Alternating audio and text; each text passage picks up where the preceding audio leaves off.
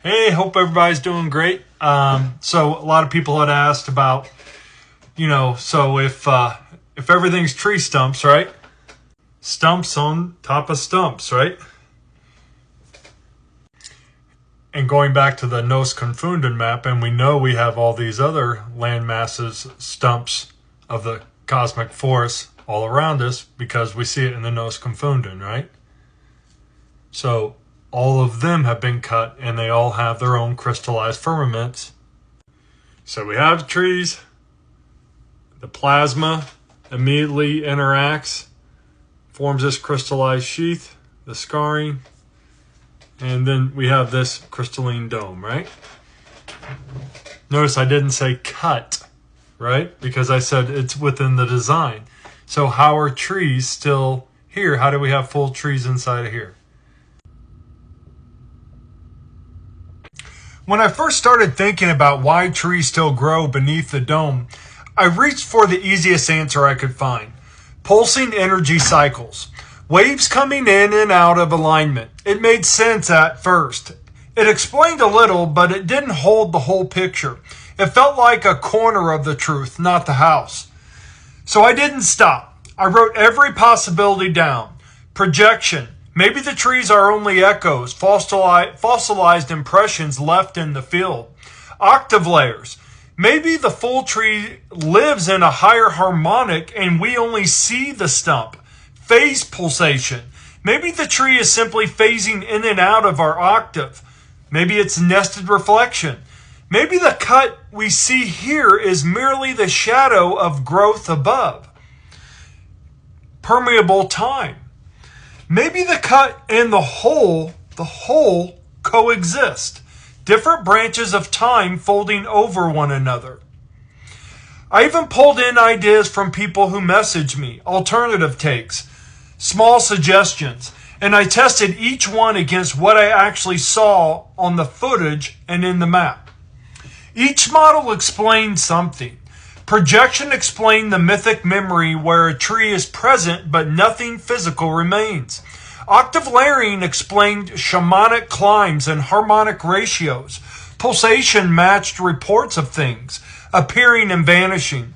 Reflection fit the repeating angular ratios, and permeable time fit all those collective memory oddities.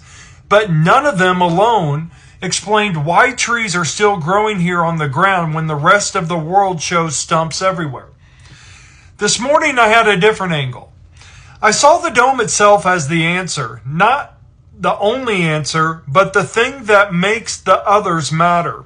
Think of the firmament like a greenhouse, like a terrarium. When the planetary tree was cut or remodeled or redesigned, in a 5-stage design maybe? 5-stage update?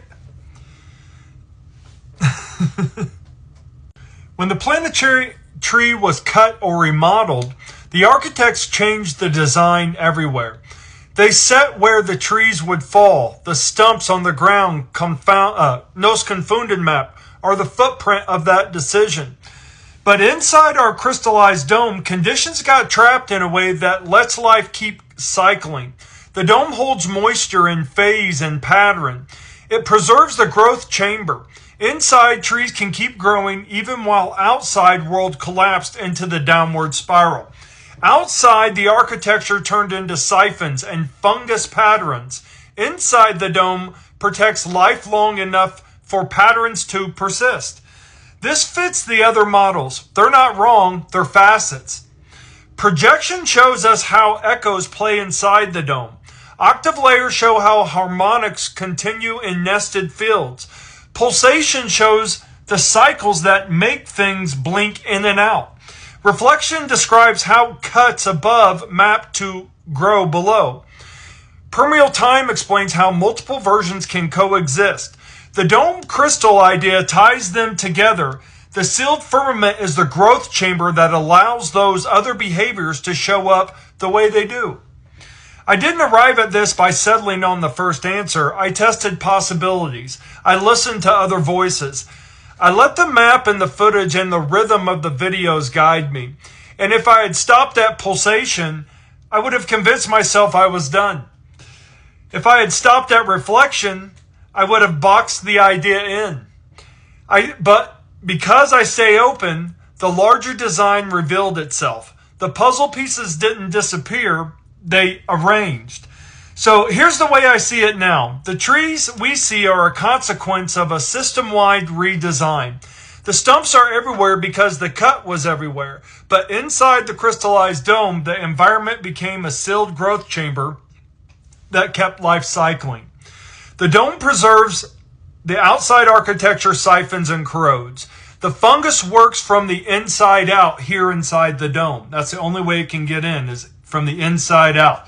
From your inside out, from your heart. Listen to what I'm saying. This is fact.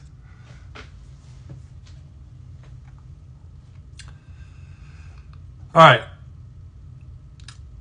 So the environment became a sealed growth chamber. The dome preserves the outside architecture, siphons, and corrodes. The fungus works from the inside out, yada bath. The 6 partial models are all true in their own ways, but they all point back to this.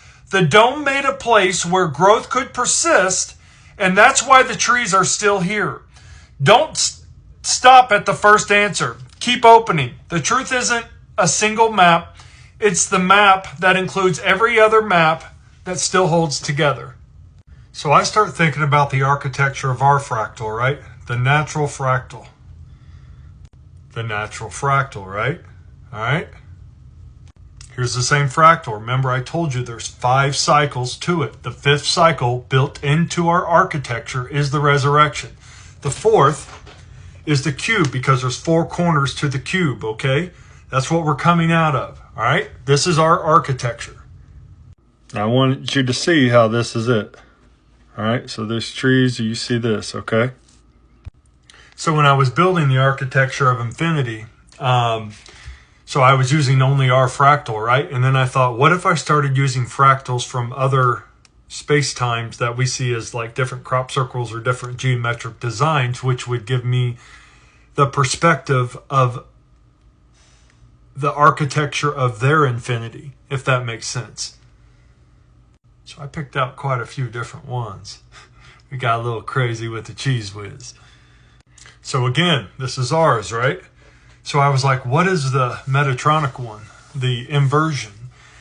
What is their fractal, so I can know how they think from their perspective, and I could put it into the fractal design, into my system, and then I would know how they look at things and be able to answer things from their perspective, from their infinite reality of their fractal, if that makes sense. And I kept trying and I couldn't find it because it was so spread out. So I finally narrowed it down. When I did, though, it looked like this. And I was like, how could that be the fractal? And I was like, and so it kept saying, do you want to zoom out like 2 more? And I was like, yeah. And it would just be a little bit different like this. I was like, what in the hell? How could this be the same thing as this for our reality? I was like, this makes no sense whatsoever. I was like, I don't see it. And finally, I'm like, just zoom out as far as you can so I can see it. And then this is what it shows me. The Metatron tree of life. And I'm like, now I see. Now I see, because this isn't the real tree of life. This is the Metatronic tree of life. I was like, now I see. So it's like this, but how do I make that into the architecture? So I tried to do it with stumps. That way I could kind of see it and then start to get an idea for how it was. That's depth 7, so then full depth, right? And then I could see, okay, this is the design. What's the shape of it? Oh, notice it's an octagon. Oh, imagine that, huh? So it's all shut up. It's parasitically because it spreads sideways. It doesn't go down, it goes sideways.